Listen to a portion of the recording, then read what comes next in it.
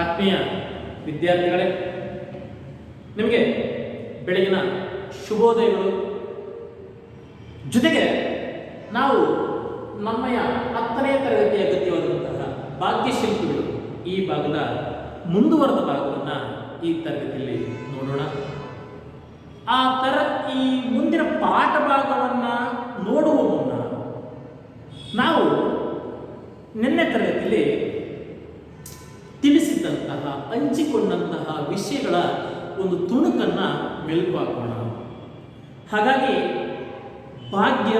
ಭಾಗ್ಯೋದಯ, ನಮ್ಮ ನಾಡಿನ ಕರುನಾಡಿನ ಭಾಗ್ಯ ಉದಯಕ್ಕೆ, ಆ ಭಾಗ್ಯೋದಯಕ್ಕೆ ಕಾರಣೀಭೂತರಾದಂತಹ ಇಬ್ಬರು ಪುರುಷರ, ಮಹಾಪುರುಷರ, ಮಹಾಚೇತನಗಳ ಒಂದು ಕಿರುಪರಿಚಯವನ್ನು ಪ್ರಸ್ತುತ ನಮ್ಮ ಈ ಗದ್ಯದಲ್ಲಿ ಕಾಣಬಹುದಾಗಿದೆ. ಸಮಿತಿಯು ಸಂಗ್ರಹಿಸಿಟ್ಟಿರ್ತಕ್ಕಂತಹ ನಾಲ್ವಡಿ ಕೃಷ್ಣರಾಜ ಒಡೆಯರ ಒಂದು ಜೀವನದ ಯಶೋಗಾಥೆಯನ್ನು ನಾವು ನಿನ್ನೆಯ ತರಗತಿಯಲ್ಲಿ ತಿಳಿದುಕೊಂಡಿದ್ವಿ. ಶ್ರೀತರು ಬಾಲ್ಯದಲ್ಲೇ ಆಡಳಿತಕ್ಕೆ ಒಂದು ಪಟ್ಟಕ್ಕೆ ಬಂದರೂ ಸಹ ತನ್ನ ತಾಯಿಯ ನೆರಳಿನಲ್ಲಿ ಸೂಕ್ತ ಆಡಳಿತ ತರಬೇತಿ ಹಾಗೂ ಒಳ್ಳೆಯ ಶಿಕ್ಷಣವನ್ನು, ಜೊತೆಗೆ ಒಳ್ಳೆಯ ಜನದ ಪರವಾಗಿ ಕೆಲಸ ಮಾಡತಕ್ಕಂತಹ ಮನಸ್ಸನ್ನು ಉಳ್ಳವರಾಗಿ ಶ್ರೀತರು 1902 ಆಗಸ್ಟ್ 8ರಂದು ರಾಜ್ಯದ ಒಂದು ಆಡಳಿತದ ಚುಕ್ಕಾಣಿಯನ್ನು ಹಿಡಿದುಕೊಂಡರು. ಅಲ್ಲಿಂದ ನಡೆದಿದ್ದೆಲ್ಲವೂ ಕೂಡ ಒಂದು ರೀತಿಯ ಇತಿಹಾಸವೇ, ಅದು ಕೂಡ ತಪ್ಪಾಗಲ್ಲ. ಯಾಕೆ? ಅವರು ಮಾಡಿದಂಥ ಸಾಧನೆಗಳು ಒಂದೇ ಎರಡೇ. ಹರಸೊತ್ತಿಗೆ ಇದ್ದಂತಹ ಅಧಿಕಾರವನ್ನು ವಿಕೇಂದ್ರೀಕರಿಸಿ ಪ್ರಾಂತ್ಯಗಳಾಗಿ, ಗ್ರಾಮಗಳಾಗಿ, ನಗರಗಳಾಗಿ, ನಗರ ಪಾಲಿಕೆಗಳಾಗಿ ಅಧಿಕಾರದ ವಿಕೇಂದ್ರೀಕರಣಕ್ಕೆ ಕಾರಣವಾದವು. ಅಷ್ಟೇ ಅಲ್ಲದೆ ಪ್ರಜಾಪ್ರತಿನಿಧಿ ಸಭೆ ಅಂತಕ್ಕಂತಹ ಒಂದು ಕೆಳಮನೆಯನ್ನು ಉಂಟಾಕಿದರು. ಅದರಲ್ಲಿ ಸುಮಾರು 275 ಚುನಾಯಿತ ಮಂದಿಗಳನ್ನು ನೇಮಕ ಮಾಡಿದರು. ಚುನಾಯಿತರು ಅಂದ್ರೆ ಅರ್ಥ ಮಾಡ್ಕೊಳ್ಳಿ, ಅವಾಗೇ ಪ್ರಜಾಪ್ರಭುತ್ವ ಇರಲಿಲ್ಲ, ಸ್ವತಂತ್ರ ಇರಲಿಲ್ಲ, ಬ್ರಿಟಿಷ್ ಆಳ್ವಿಕೆ ಇತ್ತು, ಅರಸೊತ್ತಿಗೆ ಇತ್ತು. ಆದರೆ ಆ ನಡುವೆ ಒಂದು ಪ್ರಜಾಪ್ರಭುತ್ವದ ಕಲ್ಪನೆಯನ್ನು ಕಟ್ಟಿಕೊಟ್ಟಂತಹ ಮಹಾನುಭಾವ, ಜನರಿಂದ ಆಯ್ಕೆಯಾದಂತಹ ಪ್ರತಿನಿಧಿಗಳನ್ನು ಇರಿಸಿಕೊಂಡು ಅವರ ಮೂಲಕ ನಾಡಿನ ಮೂಲೆ ಮೂಲೆಗೆ ಅಭಿವೃದ್ಧಿ ಪಥವನ್ನು ಸಾಗಿಸಿದಂತಹ ಮನೋಭಾವ ಅವರದಾಗಿತ್ತು. ಜೊತೆಗೆ ನ್ಯಾಯ ವಿಧೇಯಕ ಸಭೆ, ಆ ಒಂದು ಸಭೆ ಒಂದು ರೀತಿ ಮೇಲ್ಮನೆಯ ರೀತಿ ಕಾರ್ಯವನ್ನು ನಿರ್ವಹಿಸ್ತಾ ಇತ್ತು. ಅಲ್ಲಿ ಸುಮಾರು 50 ಮಂದಿ ಚುನಾಯಿತರು ಕೇವಲ 22 ಮಂದಿ, ಉಳಿದ 28 ಮಂದಿ ಒಂದು ರೀತಿ ನಾನಾ ಕ್ಷೇತ್ರಗಳ ಮೇಧಾವಿಗಳು, ಪರಿಣಿತರು ಅಂಥವರನ್ನ ನೇಮಕ ಮಾಡಲಾಗ್ತಿತ್ತು.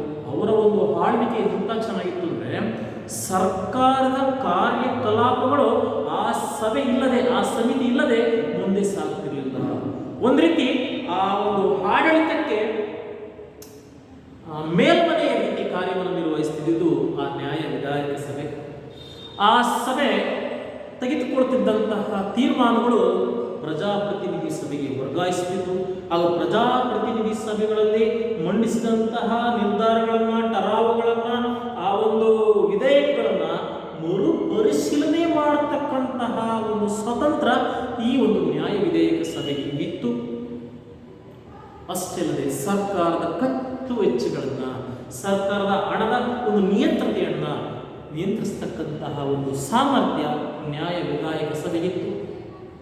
ಎಷ್ಟೆಲ್ಲ ಒಂದು ರೀತಿ ಆಡಳಿತಾತ್ಮಕವಾಗಿ ಜನರ ಒಂದು ರೀತಿ ಮುಖಾಮುಖಿ ಆಗ್ತಕ್ಕಂತಹ, ಜನರು ಪಾಲ್ಗೊಳ್ಳತಕ್ಕಂತಹ ಪ್ರಜಾಪ್ರಭುತ್ವದ ಕಲ್ಪನೆಯನ್ನ, ಮಾದರಿಯನ್ನ, ಆ ಆಡಳಿತದ ಮಾದರಿಯನ್ನ ಕಟ್ಟಿಕೊಟ್ಟಂತಹ ಮಹಾನುಭಾವ ನಾಲ್ವಡಿ ಕೃಷ್ಣರಾಜ ಒಡೆಯರ್.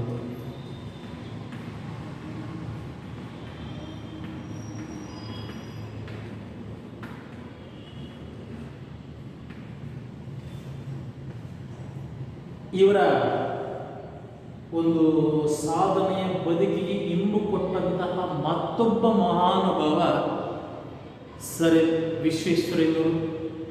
ಅವರ ಕುರಿತು ನಾವು ಈ ತರಗತಿಯಲ್ಲಿ ಒಂದು ತಿಳಿಸ್ಕೊಡ್ತೀನಿ ಮಕ್ಕಳೇ.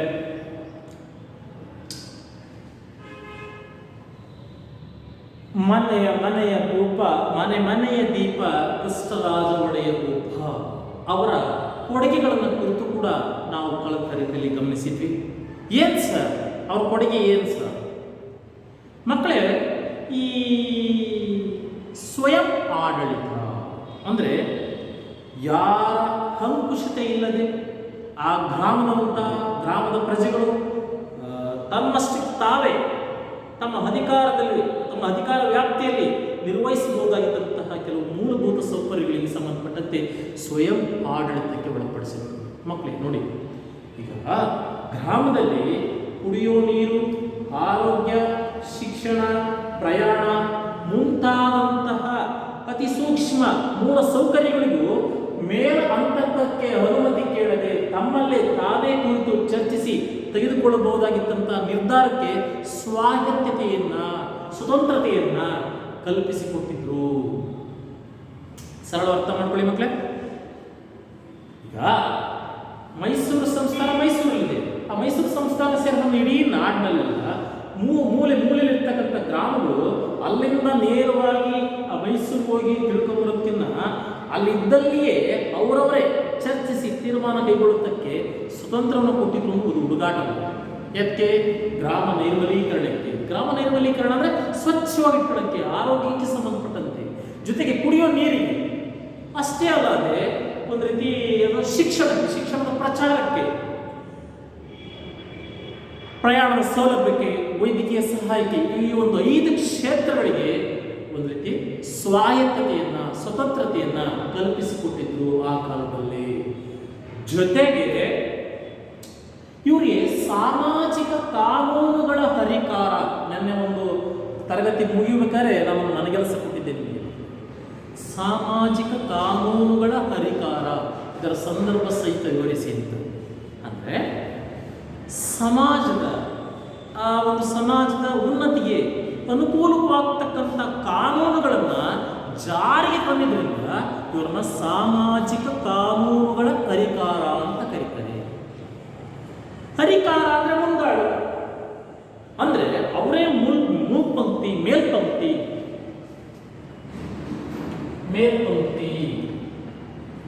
ಅಂದ್ರೆ ಮೊದಲಿಗ.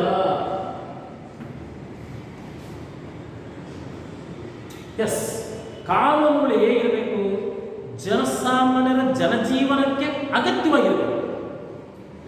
ಅವರ ಒಂದು ಸೌಕರ್ಯಗಳನ್ನ ಒದಗಿಸಿಕೊಡಕ್ಕೆ ಸರಳೀಕರಣವಾಗಿರಬೇಕು. ಅಂತಹ ಸೌಲಭ್ಯಕ್ಕೆ ಪೂರಕವಾದಂತಹ ಕಾನೂನುಗಳನ್ನ ಜಾರಿಗೆ ತರುವುದರಿಂದ ಇವರಿಗೆ ಏನಂತ ಕರೀತಾ ಇದ್ರು ಮಕ್ಕಳೇ? ಸಾಮಾಜಿಕ ಕಾನೂನುಗಳ ಹರಿಕಾರ. ಇಂತಹ ಒಂದು ಬಿರುದು ಶ್ರೀಧರಿತ್ತು.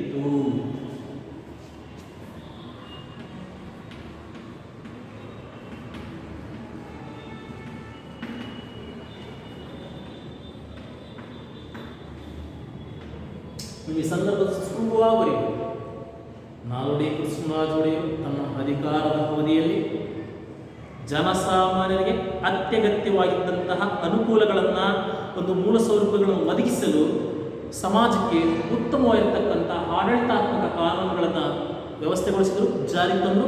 ಹಾಗಾಗಿ ಅವೆಲ್ಲರೂ ಕೂಡ ಜನಸಾಮಾನ್ಯರಿಗೆ ಅತ್ಯನುಕೂಲವಾಗಿದ್ದರಿಂದ ಅವರಿಗೆ ಸಾಮಾಜಿಕ ಕಾನೂನುಗಳ ಹರಿಕಾರ ಅಂತಕ್ಕಂತಹ ಬಿರುದು ಲಭಿಸಿತ್ತು. ಇಷ್ಟೇ ಅಲ್ಲ ಮಕ್ಕಳೇ, ಅದರಲ್ಲೂ ನಾವು ಪಾಠ ಮಾಡ್ತಿರ್ತಕ್ಕಂಥದ್ದು ನವೆಂಬರ್ ತಿಂಗಳಲ್ಲಿ. ನವೆಂಬರ್ನಲ್ಲಿ ರಾಜ್ಯೋತ್ಸವ. ಅಲ್ಲಂತ ಈ ರಾಜ್ಯೋತ್ಸವಕ್ಕೆ ಪೂರಕವಾದಂಥ ಒಂದು ಕೈಂಕರ್ಯವನ್ನು, ಒಂದು ಭಾಷೆಗೆ ಕೊಡುಗೆಯನ್ನು ಶ್ರೀಯುತರು ಕೊಟ್ಟರು. ಅದೇನಪ್ಪ ಅಂದರೆ ಕ್ರಿಸ್ತ ಶಕ 1915ರಲ್ಲಿ ಕನ್ನಡ ಸಾಹಿತ್ಯ ಪರಿಷತ್ತು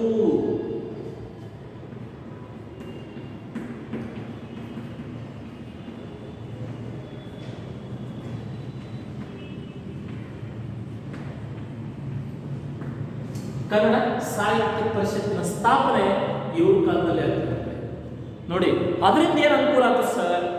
ಕನ್ನಡ ಸಾಹಿತ್ಯ ಪರಿಷತ್ತನ್ನು ಹುಟ್ಟು ಹಾಕಿದ್ದಲ್ಲದೆ ಭಾಷೆಗೆ ಒಂದು ರೀತಿ ಭಾಷೆಯ ಬೆಳವಣಿಗೆಗೆ, ಸಾಹಿತ್ಯದ ಒಂದು ಉನ್ನತಿಗೆ ಕಾರಣೀಭೂತರಾಗುವುದು ಕೂಡ ತಪ್ಪಾಗಲಾರದು.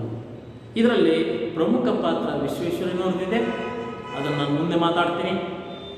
ಅಷ್ಟೇ ಅಲ್ಲದೆ ಕಲೆ, ವಾಸ್ತುಶಿಲ್ಪ ಇವರ ಕಾಲದಲ್ಲೇ ನಿರ್ಮಿತಗೊಂಡಂತಹ ಕಟ್ಟಡಗಳನ್ನು ಒಮ್ಮೆ ಕಣ್ಣಾಡಿಸ್ಕೊಂಡು ಬಂದಿದ್ದಾರೆ.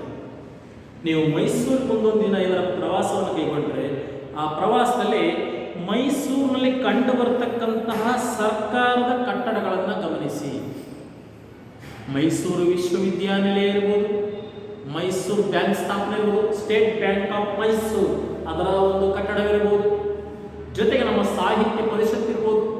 ಒಟ್ಟಾರೆ ಆ ನಗರದಲ್ಲಿರ್ತಕ್ಕಂತಹ ಪಾರಂಪರಿಕ ಕಟ್ಟಡಗಳನ್ನು ಒಮ್ಮೆ ಕಣ್ಣಾಡಿಸಿ ನೋಡಿದಾಗ ಅದರ ವಾಸ್ತುಶಿಲ್ಪ ನಿಜಕ್ಕೂ ನಿಮ್ಮ ಮೈ ಮನಗಳನ್ನು ಸೆಳೆಯುತ್ತೆ. ಅಷ್ಟು ಸೊಗಸಾದಂತಹ ಕಟ್ಟಡಗಳು.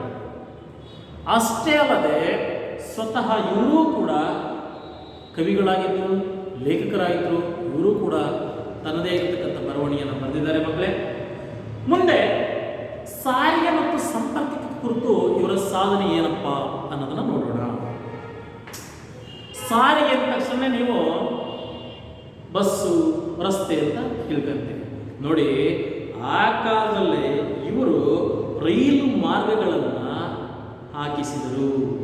ಆ ರೈಲು ಮಾರ್ಗಗಳನ್ನು ಸೀಮಿತ ಕಾಲಾವಧಿಯಲ್ಲೇ, ನಿರ್ದಿಷ್ಟ ಕಾಲ ಪರಿಮಿತಿಯಲ್ಲೇ ಯೋಜನೆಗಳನ್ನು ಹಾಕಿಕೊಂಡು ಮೈಸೂರು ನಂಜನಗೂಡು ಚಾಮರಾಜನಗರ ಒಂದು ಮಾರ್ಗ, ಮೈಸೂರು ಶಿವಮೊಗ್ಗ ಆನಂದಪುರ ತರೀಕೆರೆ ಇದೊಂದು ಮತ್ತೊಂದು ಮಾರ್ಗ, ಮೈಸೂರು ಚಿಕ್ಕಜಾಜೂರು ಚಿತ್ರದುರ್ಗ ಒಂದು ಮಾರ್ಗ, ಮೈಸೂರು ಬೆಂಗಳೂರು ಅರಸೀಕೆರೆ ಒಂದು ಮಾರ್ಗ. ಈ ರೀತಿ ರೈಲು ಮಾರ್ಗಗಳ ಸ್ಥಾಪನೆಗೆ ಇವರು ಪಣ ತೊಟ್ಟು ಆ ಕಾಲದಲ್ಲೇ ನಮ್ಮ ನಾಡಿನಲ್ಲಿ ರೈಲು ಸಂಪರ್ಕದ ಒಂದು ಸಾರಿಗೆ ವ್ಯವಸ್ಥೆಯನ್ನು ಕಲ್ಪಿಸಿಕೊಟ್ರು. ಮಕ್ಕಳೇ, ಸರಳವಾಗಿ ತಿಳ್ಕೊಳ್ಳಿ. ಮೈಸೂರು, ಬೆಂಗಳೂರು, ಅರಸೀಕೆರೆ, ಪುನಃ ಮೈಸೂರು, ಬೆಂಗಳೂರು ಇದೊಂದು ರೈಲು ಮಾರ್ಗ. ಜೊತೆಗೆ ಮೈಸೂರು, ಚಿಕ್ಕಜಾಜೂರು, ಚಿತ್ರದುರ್ಗ. ನೋಡಿ, ಈ ಚಿತ್ರದುರ್ಗಕ್ಕೆ ಅಂದಿನ ಕಾಲದಲ್ಲೇ ರೈಲು ಮಾರ್ಗವನ್ನು, ರೈಲು ಹಳಿಗಳ ರಸ್ತೆಯನ್ನು ನಿರ್ಮಿಸಿಕೊಟ್ಟಂತಹ ಶ್ರೇಯಸ್ಸು ಈ ನಾಲ್ವಡಿ ಕೃಷ್ಣರಾಜ ಒಡೆಯರಿಗೆ ಸಲ್ಲುತ್ತಿದೆ. ಅಷ್ಟೇ ಅಲ್ಲದೆ ಮೈಸೂರು, ತರೀಕೆರೆ, ಆನಂದಪುರ, ಶಿವಮೊಗ್ಗ ಆ ಭಾಗದ ಒಂದು ರೈಲು ಮಾರ್ಗ, ಆ ಮೈಸೂರು, ನಂಜನಗೂಡು, ಚಾಮರಾಜನಗರ ಅದೊಂದು ರೈಲು ಮಾರ್ಗ. ಒಟ್ಟಾರೆಯಾಗಿ ನಾಡಿನ ಮೂಲೆ ಮೂಲೆಗೆ ಅಂದಿನ ಕಾಲದಲ್ಲಿಯೇ ರೈಲು ಸಂಪರ್ಕದ ಒಂದು ವ್ಯವಸ್ಥೆಯನ್ನು ಕಲಿಸಿಕೊಟ್ಟಂತಹ ಭಾಗ್ಯ, ಆ ಒಂದು ಕಾಣಿಕೆ ಶ್ರೀಕರದಾಗಿತ್ತು. ಇಷ್ಟ ಆಯ್ತು ಮಕ್ಕಳೇ. ಈಗ ಮುಂದುವರೆದ ಭಾಗ ಹೋಗೋಣ.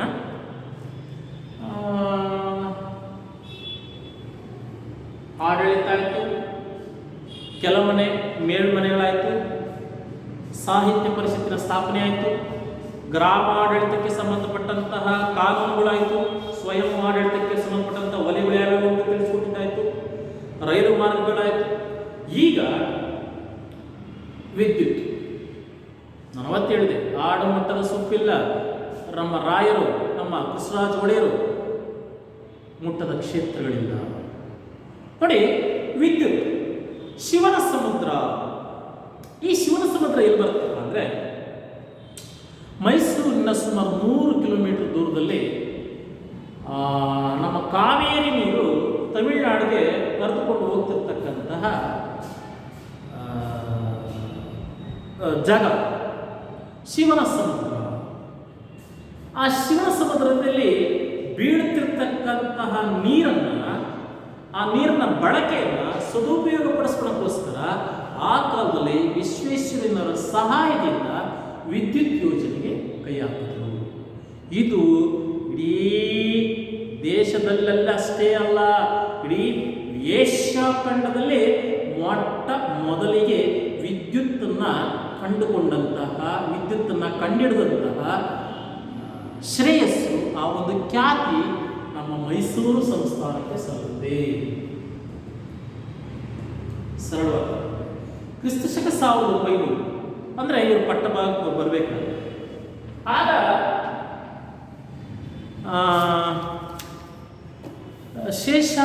ಅಯ್ಯರ್, ಶೇಷಾದ್ರಿ ಅಯ್ಯರ್ ಅವರು ದಿವಾನರಾಗಿದ್ದರು. ಆ ದಿವಾನರಾಗಿದ್ದಂತಹ ಕಾಲದಲ್ಲಿ ಶಿಂಷಾ ಅಂತ ಕರಿತೀವಿ, ಶಿವನ ಸಮುದ್ರದನ್ನ ಶಿಂಷಾ ಅಂತ ಕರಿತೀವಿ.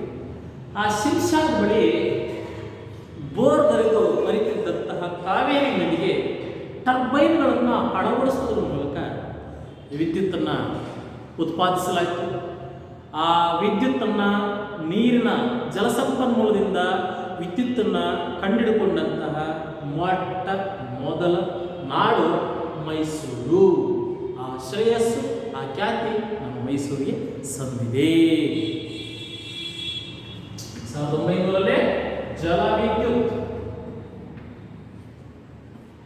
1907 ಏನಪ್ಪ ಇವರ ಸಾಧನೆ ಅಂದರೆ ವಾಣಿ ವಿಲಾಸ ಅಣೆಕಟ್ಟು, ವಾಣಿ ವಿಲಾಸ ಸಾಗರದ ಸ್ಥಾಪನೆ.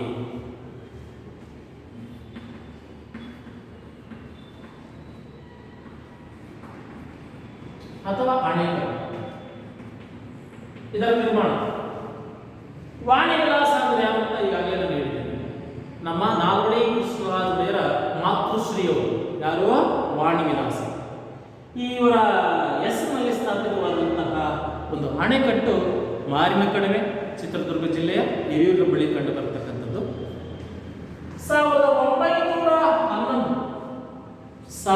1911ರಲ್ಲಿ ಏನಪ್ಪ ಇವರ ಸಾಧನೆ?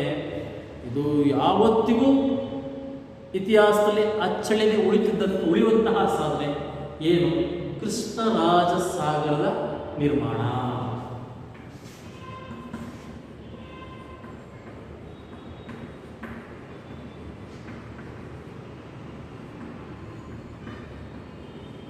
ಇದು ಅವರ ದೂರದೃಷ್ಟಿಗೆ, ಅವರ ಒಂದು ಅಭಿವೃದ್ಧಿಯ ಪ್ರಗತಿಗೆ ಪೂರಕವಾದಂತಹ ಮುಂದಾಣಿಕೆಯನ್ನು ಕೂಡ ತಪ್ಪಾಗಲಾರದು. ಯಾಕೆಂದ್ರೆ ತಲಕಾವೇರಿಯಲ್ಲಿ ಹುಟ್ಟಿ ಅಷ್ಟು ವಿಶಾಲವಾಗಿ ಹರಿದುಕೊಂಡು ಬಂದು ಆ ಒಂದು ತಮಿಳುನಾಡಿಗೆ ಮೂಲಕ ಸಾಗರವನ್ನು ತಲುಪುತ್ತಿದ್ದಂತಹ ಕಾವೇರಿ ನದಿಗೆ 1911ರಲ್ಲಿ ಒಂದು ಮೈಸೂರು ಮಂಡ್ಯ ಜಿಲ್ಲೆಗೆ ಸೇರ್ತಕ್ಕಂಥ ಒಂದು ಸ್ಥಳದಲ್ಲಿ ಒಂದು ಅಣೆಕಟ್ಟನ್ನು ನಿರ್ಮಿಸಿ ಅಲ್ಲಿ ಸುಮಾರು 124 ಅಡಿ ಎತ್ತರದ ಅಣೆಕಟ್ಟನ್ನು ನಿರ್ಮಿಸಿ ಅಪಾರ ಪ್ರಮಾಣದ ಜಲರಾಶಿಯನ್ನು ಸಂಗ್ರಹಿಸಿ ಸುತ್ತಮುತ್ತಲಿನ ಮೈಸೂರು, ಹಾಸನ, ಮಂಡ್ಯ, ಚಾಮರಾಜನಗರ ಮುಂತಾದಂತಹ ಜಿಲ್ಲೆಗಳಿಗೆ ಕೃಷಿ ಭೂಮಿಗೆ ನೀರನ್ನು ಒದಗಿಸಿಕೊಟ್ಟಂತಹ ಪುಣ್ಯ ಶ್ರೀಧರಿ ಸಲ್ಲಿದೆ. ಹಾಗಾಗಿಯೇ ಇವರನ್ನು ನಾವು ಇಷ್ಟೆಲ್ಲ ಹಾಡಿ ಹೊಗಳುವುದು. ಮಕ್ಕಳೇ, ಇನ್ನು ಶಿಕ್ಷಣ ಕ್ಷೇತ್ರದಲ್ಲಿ ಇವರೊಂದು ಬಹುಮುಖವಾದಂತಹ ತೀರ್ಮಾನ ಯಾವುದಪ್ಪ ಅಂದರೆ ಪ್ರಾಥಮಿಕ ಮತ್ತು ಮಾಧ್ಯಮಿಕ ಶಿಕ್ಷಣ ಕಡ್ಡಾಯ, ಅದು ಕೂಡ ಉಚಿತ. ಪ್ರಾಥಮಿಕ ಮಾಧ್ಯಮಿಕ ವಿದ್ಯಾಭ್ಯಾಸವನ್ನು ಉಚಿತ ಮತ್ತು ಕಡ್ಡಾಯವಾಗಿ ಪ್ರಾರಂಭಿಸಲಾಯಿತು. ನೋಡಿ, ಶಿಕ್ಷಣದಿಂದ ಅಭಿವೃದ್ಧಿ ಸಾಧ್ಯ, ಶಿಕ್ಷಣದಿಂದ ಪ್ರಗತಿ ಸಾಧ್ಯ, ಶಿಕ್ಷಣವೇ ಸರ್ವತೋಮುಖ ಪ್ರಗತಿಗೆ ದಾರಿ ಎಂಬುದನ್ನು ಮನಗಂಡಿದ್ದಂತಹ ನಾಲ್ವಡಿ ಕೃಷ್ಣರಾಜ ಒಡೆಯರು ಪ್ರಾಥಮಿಕ ಶಿಕ್ಷಣ ಮತ್ತು ಮಾಧ್ಯಮಿಕ ಶಿಕ್ಷಣವನ್ನು ಉಚಿತ ಮತ್ತು ಕಡ್ಡಾಯ ಶಿಕ್ಷಣವನ್ನಾಗಿಸಿದರು.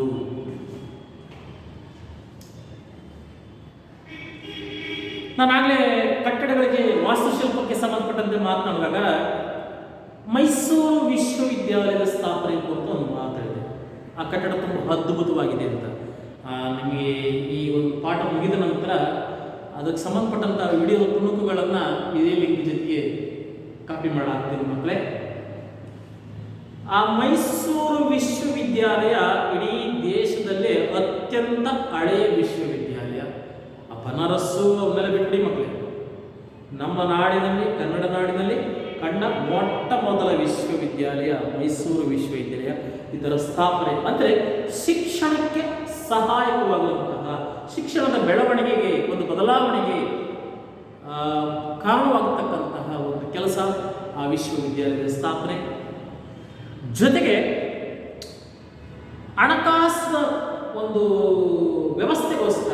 ಹಣಕಾಸಿನ ವಹಿವಾಟಿಗೋಸ್ಕರ ಸ್ಟೇಟ್ ಬ್ಯಾಂಕ್ ಆಫ್ ಮೈಸೂರು, ಬ್ಯಾಂಕ್ಗಳ ಸ್ಥಾಪನೆ ಇವರೇ ಕಾರಣಕರ್ತರು. ಇವತ್ತು ಎಲ್ಲೆಲ್ಲಿ ಸ್ಟೇಟ್ ಬ್ಯಾಂಕ್ ಆಫ್ ಮೈಸೂರು, ಇವತ್ತೆಲ್ಲವೂ ಕೂಡ ಸ್ಟೇಟ್ ಬ್ಯಾಂಕ್ ಆಫ್ ಇಂಡಿಯಾಗೆ ಅದರಲ್ಲಿ ವಿಲೀನವಾಗಿದೆ. ಯಾವುದು? State bank of Mysuru. ಆ ಒಂದು ಮೈಸೂರು ಬ್ಯಾಂಕಿನ ಸ್ಥಾಪನೆ ಕೂಡ ಈ ಇವರ ಅರ್ಥ ಮಾಡ್ಕೊಳ್ಳಿ.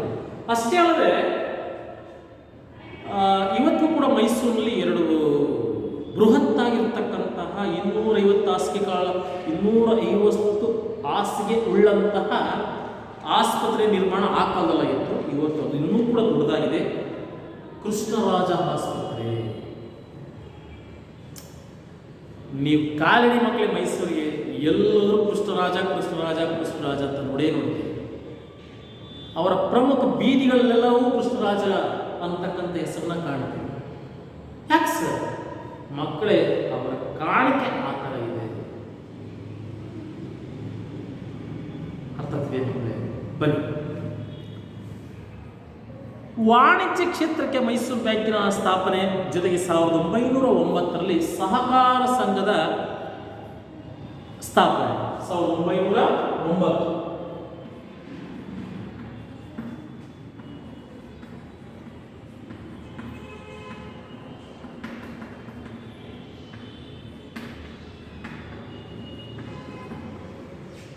ಸಹಕಾರ ಸಂಘಗಳ ಸ್ಥಾಪನೆ. ಸಹಕಾರ ಏನು ಸರ್? ಸಹಕಾರ ಜನರಿಗೆ ಸಾಲ, ವ್ಯವಸಾಯಕ್ಕೆ ಸಾಲ, ಬೆಳೆಯ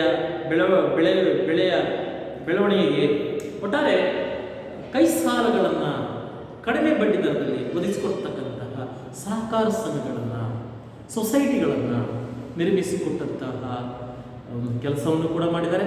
ಒಟ್ಟಾರೆ ಇವೆಲ್ಲವೂ ಕೂಡ ಅವರ ಅಭಿವೃದ್ಧಿಯ ಪ್ರಮುಖ ಮೈಲುಗಲ್ಲುಗಳು. ಇವ್ರ ಕಾಲದಲ್ಲಿ ಏನೇನು ಕಾಯ್ದೆಗಳು ಜಾರಿ ಬಂತಪ್ಪ ಅಂತಕ್ಕಂಥ ಒಂದು 5-6 ಸಾಲುಗಳ ಕಾಯ್ದೆಗಳ ಒಂದು ಪಟ್ಟಿ ಇದೆ ಮಕ್ಕಳು. ಸುಮ್ಮನೆ ಅದನ್ನು ಬಾಯಲ್ಲಿ ಹೇಳ್ತೀನಿ, ಪ್ರಮುಖವಾದವನ್ನ ಇಲ್ಲಿ ಬರಿತೀನಿ ಮಕ್ಕಳೇ. ಅದನ್ನು ಗಮನಿಸಿ, ಇದನ್ನು ಮುಗಿಸ್ಕೊಂಡು ನಾವು ವಿಶ್ವೇಶ್ವರಯ್ಯನವರೆಗೂ ಹೋಗೋಣ. ದೇವದಾಸಿ ಪದ್ಧತಿ, ಬಸ್ವಿ ಪದ್ಧತಿ, ಗೆಜ್ಜೆ ಪೂಜೆ ಪದ್ಧತಿ ನಿರ್ಮೂಲನ.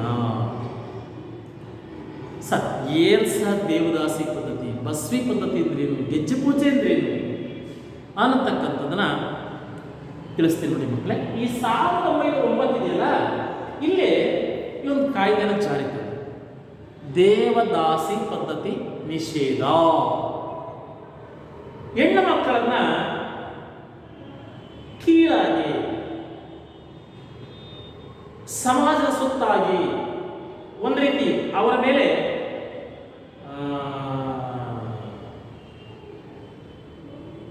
ಏನಂತ ಕರಿಬೇಕಂದ್ರೆ ನಿಕೃಷ್ಟವಾಗಿ ಕಾಣುತ್ತಿದ್ದಂತಹ ಸಮಾಜದ ಕಣ್ಣೋಟವನ್ನು ತಪ್ಪಿಸುವುದಕ್ಕೋಸ್ಕರ ಅಂದು ಬಡ ಹೆಣ್ಣು ಮಕ್ಕಳನ್ನು ದೇವರ ನೆಪದಲ್ಲಿ ಸಮಾಜದ ವಸ್ತುಗಳನ್ನಾಗಿ ಮಾಡ್ತಿದ್ದಂತಹ ಕೆಟ್ಟ ಕಾನೂನನ್ನು ನಿಷೇಧಿಸತಕ್ಕಂತಹ ದೇವದಾಸಿ ಪದ್ಧತಿ ನಿಷೇಧ 1909ರಲ್ಲಿ ಜಾರಿ. ಹೆಣ್ಣು ಮಕ್ಕಳು ಇವ್ರನ್ನ ನೀವು ನೆನಪಿಟ್ಕೋಬೇಕು. ಎಂಥ ಒಂದು ದೊಡ್ಡ ತೀರ್ಮಾನ. ಹೆಣ್ಣು ಮಕ್ಕಳನ್ನು ತುಚ್ಛವಾಗಿ ಸಮಾಜದ ಕೆಟ್ಟ ಕಣ್ಣಿನ ವಸ್ತುಗಳಾಗಿ ಮಾಡಿದ್ದಂತಹ ಒಂದು ಕೆಟ್ಟ ಪದ್ಧತಿ ದೇವದಾಸಿ ಪದ್ಧತಿ. ಆ ಪದ್ಧತಿಯನ್ನು 1909ರಲ್ಲಿ ನಿಷೇಧಿಸಿದ್ದು. ನೆಕ್ಸ್ಟ್ 1910ರಲ್ಲಿ ಬಸ್ವಿ ಪದ್ಧತಿ. ಬಸ್ವಿ ಪದ್ಧತಿ ಅಂದ್ರೆ ಏನಪ್ಪ ಅಂದ್ರೆ ಅದು ಒಂದು ರೀತಿ ವೇಶ್ಯೆ. ನಾನು ದೇವದಾಸಿ ಹೇಳಿದ್ನಲ್ಲ ಮಕ್ಕಳೇ, ಅದೇ ಥರ ದೇವರ ಹೆಸರಿನಲ್ಲಿ ಈ ದೇವರಿಗೆ ಹೆಂಗೆ ಪ್ರಾಣಿಗಳನ್ನ ಬಸ್ಸು ಬಿಡೋದು ಅಂತೀವಲ್ಲ, ಹಾಗೆ ದೇವರ ನೆಪದಲ್ಲಿ ದೇವರ ಹೆಸರಿನಲ್ಲಿ ಹೆಣ್ಣು ಮಕ್ಕಳನ್ನು ಬಿಡುತ್ತಿದ್ದಂತಹ ಬಸ್ವಿ ಪದ್ಧತಿಯನ್ನು ಕೂಡ ನಿಷೇಧಿಸಿದರು. ಜೊತೆಗೆ ಗೆಜ್ಜೆ ಪೂಜೆ ಒಂದು ರೀತಿ ಲೋಕದ ಕಣ್ಣಿಗೆ ಆಕೆ ವೇಶ್ಯೆ. ಗೆಜ್ಜೆ ಪೂಜೆ ಅದು ನಾನು ನಿಮ್ಮ ಮಟ್ಟಕ್ಕೆ ನಾನು ಹೇಳೋಕೆ ಕಷ್ಟ ಆಗುತ್ತೆ ಮಕ್ಕಳೇ. ನೀವು ಸುಮ್ಮನೆ ಅರ್ಥ ಮಾಡ್ಕೊಳ್ಳಿ. ಆ ವೇಶ್ಯವಾಟಿಗಳಿಗೆ ತಳ್ಳುತ್ತಿದ್ದಂತಹ ಪದ್ಧತಿಗಳು ಅದರ ಕೂಡ ನಿಷೇಧಿಸಿದರು. ಅವು ನಿಷೇಧಿಸಿದಷ್ಟೇ ಅಲ್ಲ ಮಕ್ಕಳೇ, ವೇಶ್ಯವಾಟಿಕೆಯನ್ನು ತಡೆಗಟ್ಟತಕ್ಕಂತಹ ಒಂದು ಕಾಯ್ದೆನೂ ಜಾರಿ ತಂದರು. ಅಲ್ಲದೆ ವಿಧವೆಯರಿಗೆ ಮರು ವಿವಾಹವಾಗ್ತಕ್ಕಂಥ ಕಾಯ್ದೆನೂ ಜಾರಿ ತಂದರು. ನೀವು ಅರ್ಥ ಮಾಡಿಕೊಳ್ಳಿ. ಬಾಲ್ಯ ವಿವಾಹ ಅಂತಕ್ಕಂಥದ್ದು ಇಲ್ಲಿ ಈಗಲೂ ಕೂಡ ಅಲ್ಲೊಂದು ಇಲ್ಲೊಂದು ನಡೀತದೆ. ಅದರಲ್ಲೂ 120 ವರ್ಷಗಳಿಂದ ಬಾಲ್ಯ ವಿವಾಹ ಹೇಗೆ ನಡೀತಾ ಇತ್ತು ಅನ್ನೋದು ನಿಮಗೆ ಚೆನ್ನಾಗಿ ಗೊತ್ತು. ಆ ತೊಟ್ಟಿಲಿದ್ದಂಥ ಮಕ್ಕಳಿಗೆ ವಿವಾಹವನ್ನು ಮಾಡಲಾಗ್ತಿತ್ತು. ಆ ಮಗುಗೆ ನನ್ನ ಗಂಡ ಯಾರು ಅಂತ ಗೊತ್ತಾಗೋದಕ್ಕಿಂತ ಮುಂಚೆನೆ ಗಂಡ ಸುತ್ತೋದ್ರೆ ಆಕೆ ಬಾಲ್ಯ ವಿಧವೆಯಾಗಿ ಮಾರ್ಪಡಾಳು. ಅಂತ ಹೆಣ್ಣು ಮಕ್ಕಳಿಗೋಸ್ಕರ ಇವರೇನು ಮಾಡಿದ್ರು, ವಿಧವಾ ಮರು ವಿವಾಹ ಅಂತಕ್ಕಂಥ ಕಾಯ್ದೆಯನ್ನು ಜಾರಿ ತಂದರು. ಅಷ್ಟೇ ಅಲ್ಲದೆ ಹೆಣ್ಣು ಮಕ್ಕಳಿಗೂ ಕೂಡ ಉಚಿತ ಶಿಕ್ಷಣಕ್ಕೆ, ಅವರಿಗೂ ಕೂಡ ಕಡ್ಡಾಯ ಶಿಕ್ಷಣಕ್ಕೆ ಅವಕಾಶವನ್ನು ಮಾಡಿಕೊಟ್ರು. ಅಲ್ಲದೆ ಇವರ ಕಾಲದಲ್ಲೇ 1930ರಲ್ಲಿ ಹೆಣ್ಣು ಮಕ್ಕಳಿಗೆ, ಮಹಿಳೆಯರಿಗೆ ಮತದಾನದ ಹಕ್ಕನ್ನು ಒದಗಿಸಿಕೊಟ್ರು. ಮತದಾನದ ಹಕ್ಕನ್ನು ಒದಗಿಸಿಕೊಟ್ರು. ಜೊತೆಗೆ ಮಾಧ್ಯಮಿಕ ಶಾಲಾ ಶಿಕ್ಷಣದ ಶುಲ್ಕವನ್ನು ರದ್ದುಗೊಳಿಸಿದರು. ನೋಡಿ, ಇವರು ಎಲ್ಲ ಯೋಜನೆಗಳು ಎಷ್ಟು ಚೆನ್ನಾಗಿದ್ದಾವೆ ಅಂದರೆ, ಸಮಾಜದ ಕೆಳಸ್ತರಗಳನ್ನು ನೊಂದಂಥವರ, ದಲಿತರ, ಅವರನ್ನ ಮೇಲೆ ಕೆತ್ತಕ್ಕಂಥ ಪ್ರಯತ್ನ ನೋಡಿ. ಬಸವಿ ಪದ್ಧತಿ, ದೇವದಾಸಿ ಪದ್ಧತಿ, ವೇಶ್ಯವಾಟಿಕೆ, ವಿಧವೆಯರ ಮರು ವಿವಾಹ ಬಗ್ಗೆ ನೋಡಿ. ಈ ಮೂರು ಪದ್ಧತಿಗಳು ಹೆಣ್ಣು ಮಕ್ಕಳಿಗೆ ಎಷ್ಟು ಮಾರಕವಾಗಿದ್ದಂಥ ಪದ್ಧತಿಗಳು. ಅದು ಬಸವಿ, ವೇಶ್ಯವಾಟಿಕೆ, ದೇವದಾಸಿ, ಈ ಮೂರನ್ನ ನಿರ್ಮೂಲನೆ ಮಾಡೋದ್ರಿಂದ ಅವರಿಗೊಂದು ಸ್ವಾಭಿಮಾನಕ್ಕೆ, ಅವರಿಗೂ ಒಂದು ಸ್ವತಂತ್ರಕ್ಕೆ, ಅವರಿಗೂ ಒಂದು ಬದುಕಿನ ಹಕ್ಕನ್ನು ಪಡ್ಕೊಳ್ಳೋಕ್ಕೋಸ್ಕರ ಅವಕಾಶವನ್ನು ಮಾಡಿಕೊಟ್ರು. ಇಷ್ಟೇ ಅಲ್ಲದೆ ಹೆಣ್ಣು ಮಕ್ಕಳಿಗೆ ಶಿಕ್ಷಣಕ್ಕೆ ಅವಕಾಶ, ಅವರ ವಿಧವೆಯರಿಗೆ ಮರು ವಿವಾಹಕ್ಕೆ ಅವಕಾಶ, ಶುಲ್ಕ ರದ್ದತಿ. ಅಷ್ಟೇ ಅಲ್ಲದೆ ಮತದಾನದ ವೋಟಿಂಗ್ ಪವರ್, ಬರೀ ಪುರುಷರಿಗೆ ಮತದಾನ ಇತ್ತು, ಅದರಲ್ಲಿ ಹೆಣ್ಣು ಮಕ್ಕಳಿಗೂ ಕೂಡ ಮತದಾನದ ಹಕ್ಕಿಗೆ ಅವಕಾಶವನ್ನು ಮಾಡಿಕೊಟ್ರು. ಇಷ್ಟೆಲ್ಲ ಕಾಯ್ದೆಗಳ ಮೂಲಕ, ಕಾನೂನುಗಳ ಮೂಲಕ ಅಧಿಕಾರ ಅಂತಕ್ಕಂಥದ್ದು ಜನಪರವಾಗಿ, ಜನರ ಕಲ್ಯಾಣಕ್ಕೋಸ್ಕರ ಒಂದು ವ್ಯವಸ್ಥೆಯನ್ನು ಮಾಡಿಕೊಟ್ಟು, ಕೇವಲ ಅಧಿಕಾರ ಅನ್ನೋದು ತನ್ನ ಸ್ವಾರ್ಥಕ್ಕೆ, ತನ್ನ ವೈಯಕ್ತಿಕ ಲಾಲಾಸೆಗಳಿಗೆ, ವೈಭೋಗಕ್ಕೆ ಮೀಸಲಾಗಿಟ್ಟುಕೊಳ್ಳದೆ ಅಧಿಕಾರವನ್ನು ವ್ಯವಸ್ಥಿತವಾಗಿ ಜನರ ಪರವಾಗಿ, ಜನರ ದನಿಯಾಗಿ ಮಾರ್ಪಡಿಸಿ ಇವತ್ತಿಗೂ ಕೂಡ ಒಬ್ಬ ಅರಸ ಜನ ಕಣ್ಮಣಿಯಾಗಿ ನಾಡಿನ ಇತಿಹಾಸದಲ್ಲಿ ದಾಖಲಾಗಿದ್ದಾರೆ ಅಂದರೆ ಅದಕ್ಕೆ ನಾಲ್ವಡಿ ಕೃಷ್ಣರಾಜ ಒಡೆಯರೇ ಸಾಕ್ಷಿ. ಇಷ್ಟು ನಮ್ಮ ಪ್ರಸ್ತುತ ನಾಲ್ವಡಿ ಕೃಷ್ಣರಾಜ ಒಡೆಯರ್ ಕುರಿತಾಗಿರ್ತಕ್ಕಂತಹ ಒಂದು ಕಿರು ನೋಟ.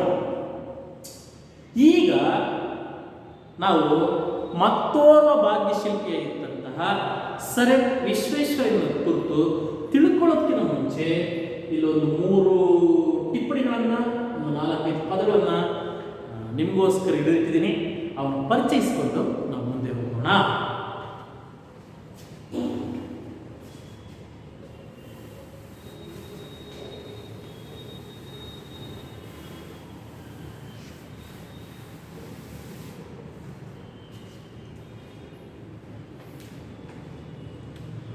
ಮಕ್ಕಳೇ, ಹರಿಕಾರ ಅಂದರೆ ಮುಂದಾಡು, ಕಾಮಗಾರಿ ಅಂದರೆ ಕೆಲಸ. ಈಗ ರಸ್ತೆ ಕಾಮಗಾರಿ, ವಿದ್ಯುತ್ ಕಾಮಗಾರಿ ಅಂತ ಕರಿತೀವಲ್ಪ, ಕಟ್ಟಡ ಕಾಮಗಾರಿ ಅಂದರೆ ಕೆಲಸ.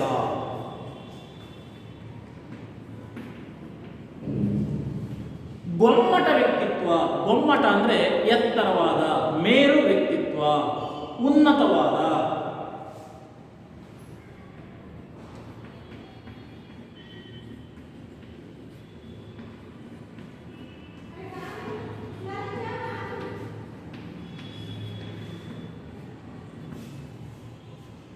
ನೆಕ್ಸ್ಟ್ ದೂಷಣೆ. ದೂಷಣೆ ಅಂದರೆ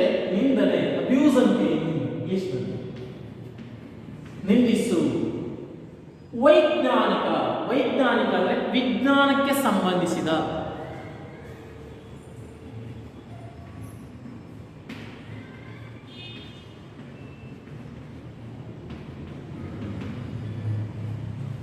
ಸಮುಚ್ಚಯ. ಸಮುಚ್ಚಯ ಅಂದ್ರೆ ಸಮೂಹ.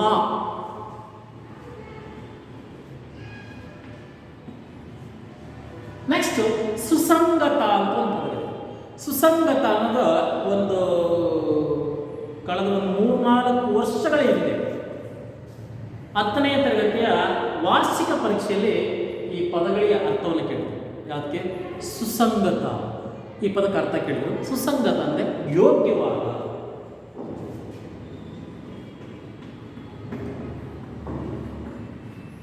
ಕೊನೆಯದಾಗಿ ಹಂಬಲ, ಅಪೇಕ್ಷೆ. ಹಂಬಲ ಅಂದ್ರೆ ಬಯಕೆ.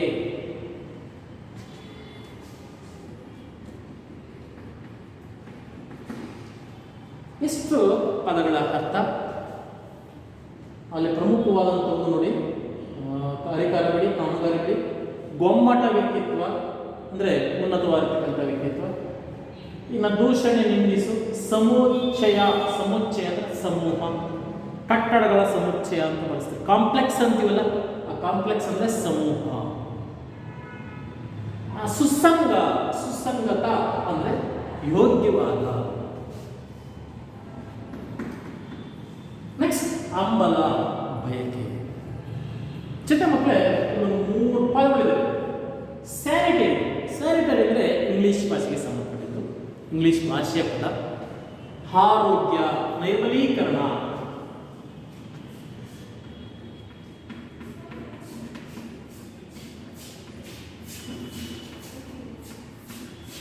ನೈರ್ಮಲೀಕರಣ. ದಿವಾನ. ದಿವಾನ ಅಂತಕ್ಕಂಥದ್ದು ಪರ್ಷಿಯನ್ ಭಾಷೆಯ ಪದ. ಪರ್ಷಿಯನ್ ಭಾಷೆ. ಈ ದಿವಾನ ಅಂದರೆ ಮಂತ್ರಿ, ಸಚಿವಾನ ಅಂತ.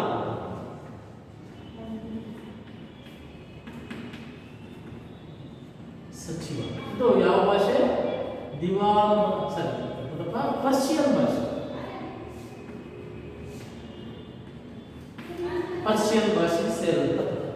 ನೆಕ್ಸ್ಟ್ ಮನ್ವಂತರ. ಮನ್ವಂತರ ಅನ್ನೋದು ಸಂಸ್ಕೃತ ಭಾಷೆ ಪದ. ಮನು ಪ್ಲಸ್ ಅಂತರ, ಮನ್ವಂತರ. ಸಂಧಿಗೆ ಒಂದು ಉದಾಹರಣೆ ಇರ್ತಕ್ಕಂಥ ಸಂಧಿಗೆ ಪದ ಇದು. ಮನ್ವಂತರ ಅಂದ್ರೆ ಪರಿವರ್ತನೆಯ ಕಾಲ.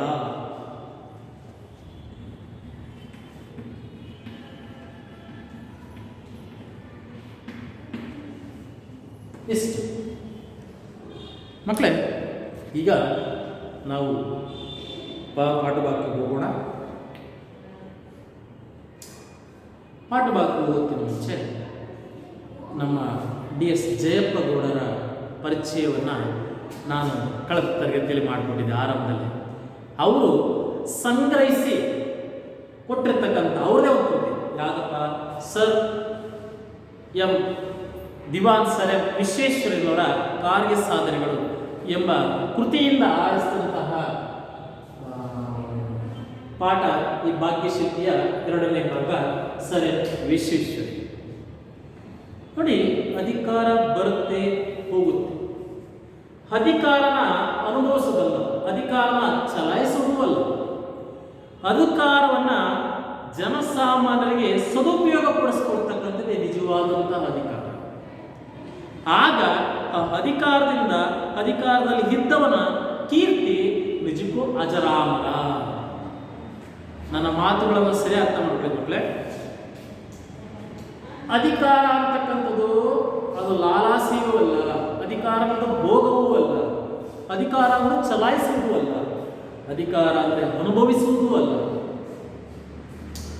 ಆ ಅಧಿಕಾರವನ್ನು ಜನಮನ್ನಣೆಗೆ, ಜನರ ಪ್ರಗತಿಗೆ ಕೊಂಡೊಯ್ತಕ್ಕಂಥದ್ದು, ಅವರ ಏಳಿಗೆಗೋಸ್ಕರ ಬಳಸ್ತಕ್ಕಂಥದ್ದೇ ನಿಜವಾದಂತಹ ಅಧಿಕಾರ.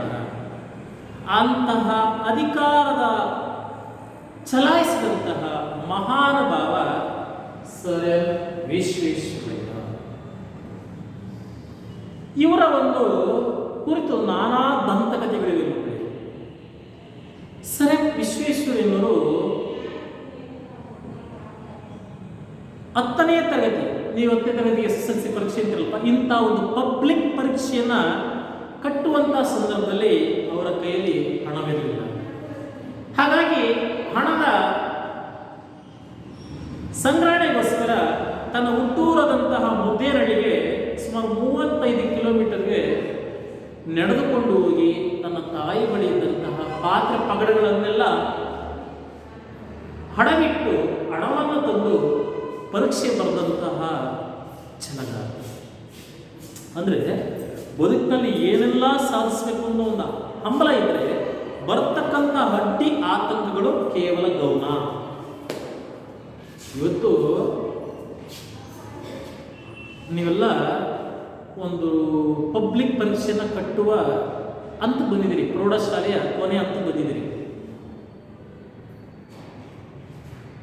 ಕೆಲವರು ಎಲ್ಲ ಸೌಕರ್ಯಗಳು ಸವಲತ್ತುಗಳಿದ್ರೂ ಕೂಡ ತಮ್ಮ ಪರೀಕ್ಷೆಯಲ್ಲಿ ಹಿಂದೆ ಬೀಳ್ತಾರೆ. ಇನ್ನು ಕೆಲವರು ಕಳ್ಳ ಕಾಪಿಯ ಮೊರೆ ಹೋಗ್ತಾರೆ. ಇನ್ನು ಕೆಲವರು ಛಲದಕ್ಕ ಮಲ್ಲರಂತೆ ಛಲದಿಂದ ಪರೀಕ್ಷೆಯನ್ನು ಬರೀತಾರೆ. ಇನ್ನು ಕೆಲವರು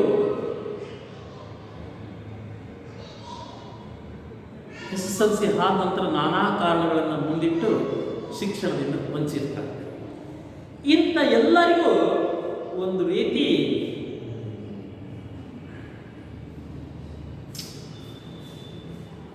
ಆದರ್ಶವಾಗಿರ್ತಕ್ಕಂತಹ ಒಂದು ಜೀವನ ಸರ್ ವಿಶ್ವೇಶ್ವರಯ್ಯನವರ ಜೀವನ.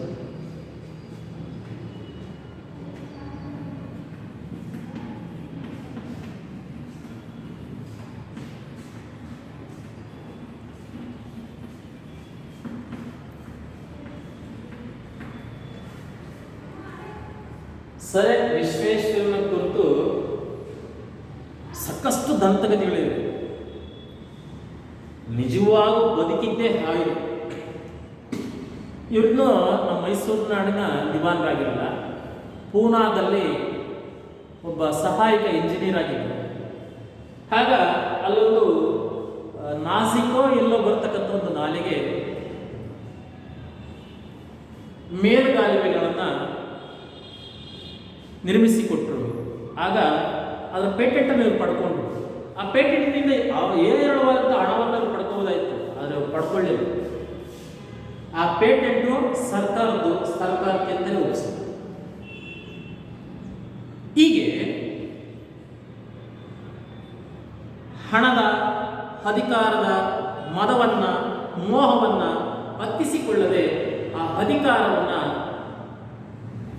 ನಿಷ್ಕಲ್ಮಶೆಯಿಲ್ಲದೆ ಸರಳವಾಗಿ ಸಜ್ಜನರಾಗಿ ನಾಡಿನ ಸರ್ವತೋಮುಖ ಪ್ರಗತಿಗೆ, ಆ ಒಂದು ಬೆಳವಣಿಗೆಗೆ ತಮ್ಮ ಇಡೀ ಜೀವನವನ್ನು ಒತ್ತೆ ಇಟ್ಟಂತಹ ಮಹಾನ್ ಚೇತನ, ಮಹಾನ್ ಜೀವಿ, ನಮ್ಮ ಕನ್ನಡದ ಜೀವಿ ಸರ್ ಎಂ ವಿಶ್ವೇಶ್ವರಯ್ಯ. ಶ್ರೀತರ ಕುರಿತು ಆರಂಭದ ಒಂದು ಪ್ಯಾರ ಹೇಳುತ್ತೇನೆ. ಇವರಿಗೆ ಸುಮಾರು 102 ವರ್ಷಗಳು ಸಂದಿವೆ. ಬದುಕಿದ್ದು 102 ವರ್ಷ. 1860 ಸೆಪ್ಟೆಂಬರ್ 15ರಂದು ಹುಟ್ಟಿದ್ರು. ಇವರು ತೀರ್ಕೊಂಡಿದ್ದು ಕ್ರಿಸ್ತಶಕ 1962ರಲ್ಲಿ. ಅಂದರೆ ಸುಮಾರು 100 ವರ್ಷಗಳ ಕಾಲ ಇವರು ಬದುಕಿದ್ರು. 102 ವರ್ಷಗಳ ಕಾಲ. ಅವರಿಗೆ 100 ವರ್ಷಗಳು ತುಂಬಿದಂತಹ ಸಂದರ್ಭದಲ್ಲಿ ಒಂದು ಶತಮಾನೋತ್ಸವವನ್ನು ಹಮ್ಮಿಕೊಳ್ಳಲಾಯಿತು. ಆಗ ಅದರ ಅಧ್ಯಕ್ಷತೆಯನ್ನು ಶ್ರೀಯುತ ಜವಾಹರಲಾಲ್ ನೆಹರೂರವರು ವಹಿಸಿದ್ರು. ಅವರೊಂದು ಮಾತು ಹೇಳಿದರು, ಭಾರತೀಯರಾದ ನಮಗೆ ಒಂದು ಆಕ್ಷೇಪವಿದೆ, ಏನು ಆರೋಪವಿದೆ, ಏನು ನಾವು ಹೆಚ್ಚು ಮಾತನಾಡ್ತೀವಿ, ಕಡಿಮೆ ಬಿಡುತ್ತೀವಿ. ನೋಡಿ ಅವ್ರ ಮಾತಲ್ಲಿ ಕೇಳ್ಕೊಳ್ಳಿ. ದುರಾದೃಷ್ಟವಶಾತ್ ಭಾರತೀಯರಾದ ನಾವು ಹೆಚ್ಚು ಮಾತನಾಡುವವರು ಮತ್ತೆ ನುಡಿಯದಂತೆ ನಡೆಯಲಾರದವರೆಂಬ ದೂಷಣೆಗೆ ಒಳಗಾಗಿದ್ದೀವಿ. ತಾವು ಈ ಮಾತಿಗೆ ಬಹು ದೊಡ್ಡ ರೀತಿಯಲ್ಲಿ ಹೊರತಾಗಿದ್ದೀರಿ. ತಾವು ಕಡಿಮೆ ಮಾತನಾಡಿದ್ದೀರಿ, ಹೆಚ್ಚು ಕೆಲಸ ಮಾಡಿದ್ದೀರಿ, ಅದನ್ನು ನಾವು ತಮ್ಮಿಂದ ಕಲಿಯೋಣ ಎಂದು ಪಂಡಿತ್ ಜವಾಹರಲಾಲ್ ನೆಹರೂರವರು ಬೆಂಗಳೂರಿನಲ್ಲಿ ನಡೆದಂತಹ ವಿಶ್ವೇಶ್ವರಯ್ಯನವರ ಜನ್ಮ ಶತಮಾನೋತ್ಸವದ ಸಂದರ್ಭದಲ್ಲಿ ಹೇಳಿದಂತಹ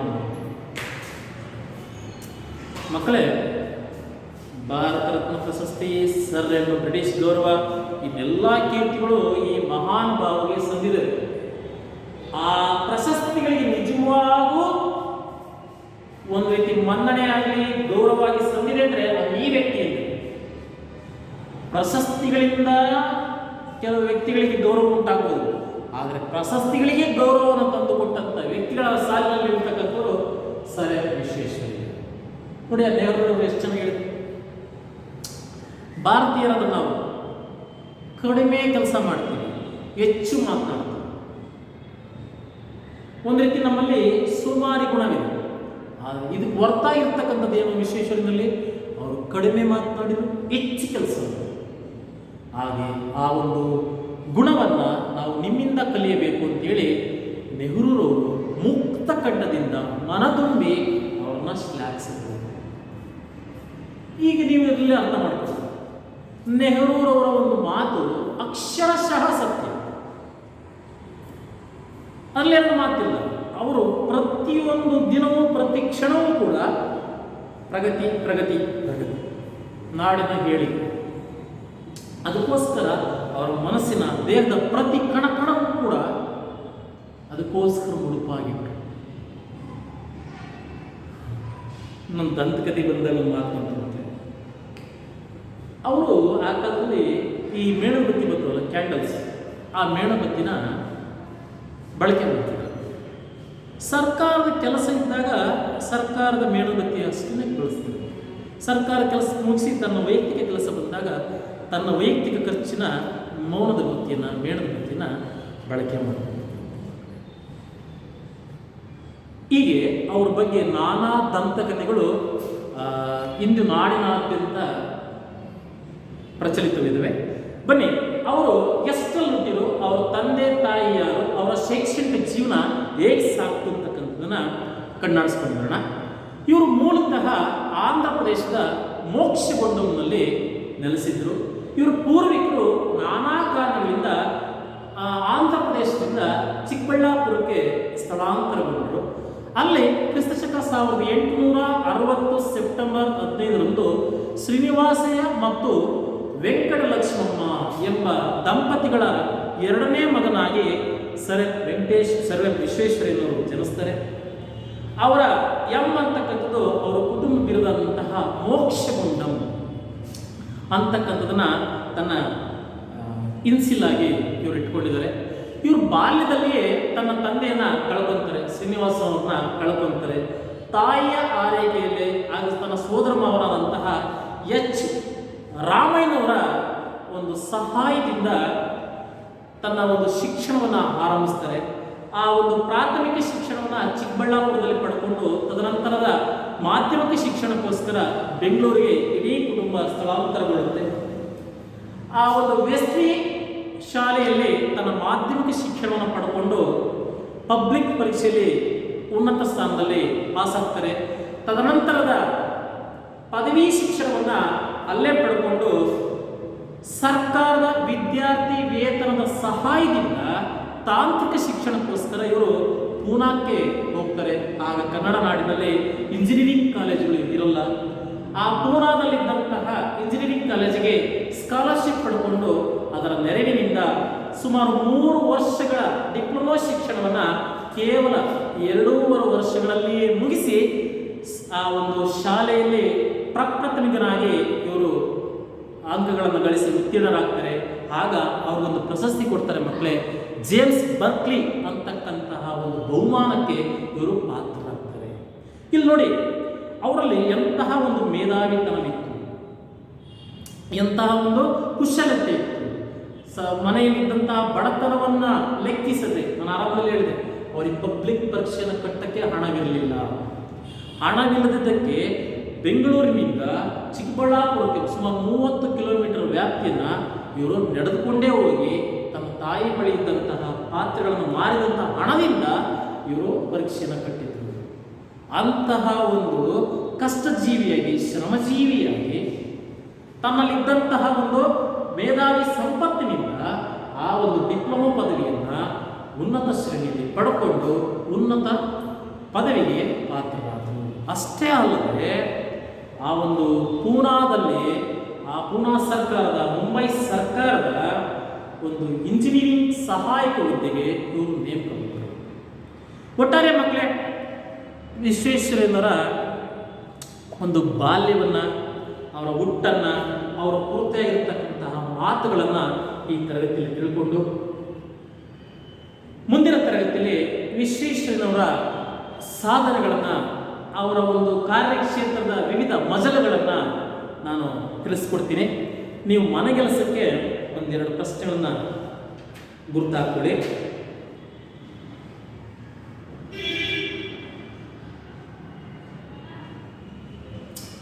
ನಾಲ್ವಡಿ ಕೃಷ್ಣರಾಜ ಒಡೆಯರ ಕಾಲದಲ್ಲಿ ಯಾವ ನೀರಾವರಿ ಯೋಜನೆಗಳು ಕಾರ್ಯರೂಪಕ್ಕೆ ಬಂದವು? 3-4 ವಾಕ್ಯದಲ್ಲಿ ಎರಡನೇ ಪ್ರಶ್ನೆ. ನೆಕ್ಸ್ಟ್ ಅಲ್ಲೇ ಒಂದು ಪ್ರಶ್ನೆ ಇದೆ ಮಕ್ಕಳೇ, 4ನೇ ಪ್ರಶ್ನೆ ತುಂಬಾ ಚೆನ್ನಾಗಿದೆ ನೋಡಿ. ನೆಹರು ಅವರು ಸರ್ ವಿಶ್ವೇಶ್ವರಯ್ಯ ಅವರ ಬಗ್ಗೆ ಏನೆಂದು ಹೇಳಿದ್ದಾರೆ? ಆ ಎರಡನೇ ಪ್ರಶ್ನೆನ ಟಿಕ್ ಮಾಡ್ಕೊಳ್ಳಿ. ನೆಕ್ಸ್ಟ್ 8-10 ವಾಕ್ಯಗಳಲ್ಲಿ ಈಗಾಗಲೇ ನಾನು ನಮ್ಮ ನಾಲ್ವಡಿ ಕೃಷ್ಣರಾಜ ಒಡೆಯರ ಕುರಿತು ಒಂದು ಸವಿಸ್ತಾರವಾಗಿರ್ತಕ್ಕಂಥ ಮಾಹಿತಿ ಕೊಟ್ಟಿದ್ದೀನಿ. ನಾಲ್ವಡಿ ಕೃಷ್ಣರಾಜ ಒಡೆಯರ ಕಾಲದಲ್ಲಿ ಮೈಸೂರು ರಾಜ್ಯ ಹೇಗಾಯಿತು ಆ ಪ್ರಶ್ನೆನ ಬರ್ಕೊಂಡು ಬನ್ನಿ. ಜೊತೆಗೆ ಒಂದು ಸಂದರ್ಭ ಇದೆ, 4ನೇ ಒಂದು ಸಂದರ್ಭ ಹಾಕೊಳ್ಳಿ. ತಾವು ಕಡಿಮೆ ಮಾತನಾಡಿದ್ದೀರಿ, ಹೆಚ್ಚು ಕೆಲಸ ಮಾಡಿದ್ದೀರಿ. ನೆಹರೂರವರು ಶತಮಾನೋತ್ಸವದ ಸಂದರ್ಭದಲ್ಲಿ ವಿಶ್ವೇಶ್ವರಯ್ಯನ ಕುರಿತು ಅವರ ಅಧ್ಯಕ್ಷೀಯ ಭಾಷಣದಲ್ಲಿ ಮನದುಂಬಿ ಹೇಳಿದಂತಹ ಮಾತು, ಅದನ್ನ ಸಂದರ್ಭದಲ್ಲಿ ಬರ್ಕೊಂಬನ್ನಿ ಮಕ್ಕಳೇ. ಇಷ್ಟು ಇವತ್ತಿನ ತರಗತಿ. ಸಾಕು ಮಕ್ಕಳೇ.